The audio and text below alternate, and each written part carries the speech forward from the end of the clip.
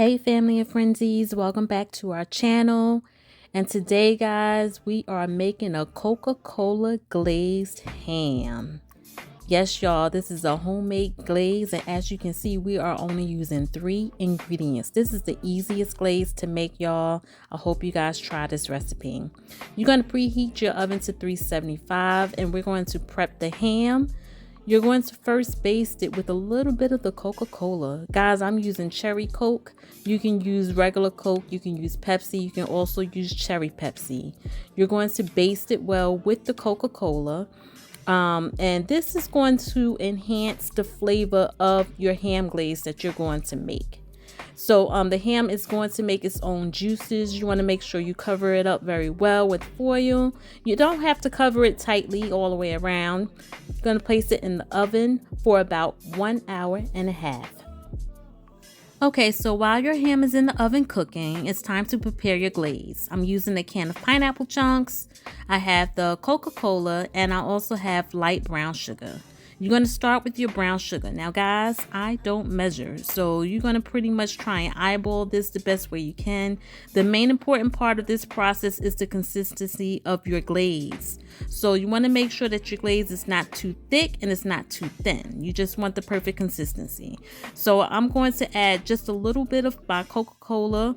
Add just a small amount to start. I think I added just a little bit too much. I'm going to stir that up really good, and we're going to check out the consistency and see. As you can see, that's a little too thin. So when it's like that, all you do is just add more brown sugar, and you're going to keep on adding the brown sugar until you get it to the consistency that you want. Main thing is you want to make sure that you're able to spread it well across your ham once it comes out of the oven.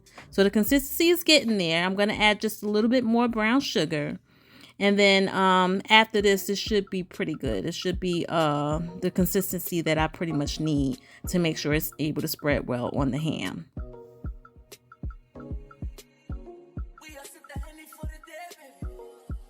Okay, so now this step is optional, but I think it's actually best this way. Just add a little bit of your pineapple juice to the glaze.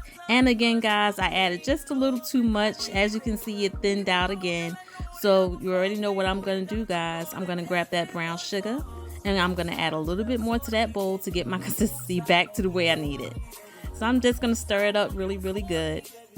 And guys, you don't have to use pineapples. If you want to use the cherries, the maraschino cherries, you can use that as well. And in that case, you use just a small drop of the cherry juice inside your glaze. And now guys, I think I got it right.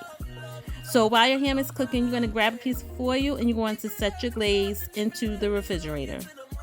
Okay, so after an hour and 30 minutes, you're going to take your ham out of the oven and you're going to slice it. If you don't have a spiral ham, make sure you slice it, because this is going to allow you to evenly distribute the marinade in between the slices of meat. So you don't have to slice it all the way down at this point. Just slice it down halfway. And then you're going to take the marinade and give it a good stir. Since it was sitting in the refrigerator, it was starting to get a little hardened. So just give it a quick stir.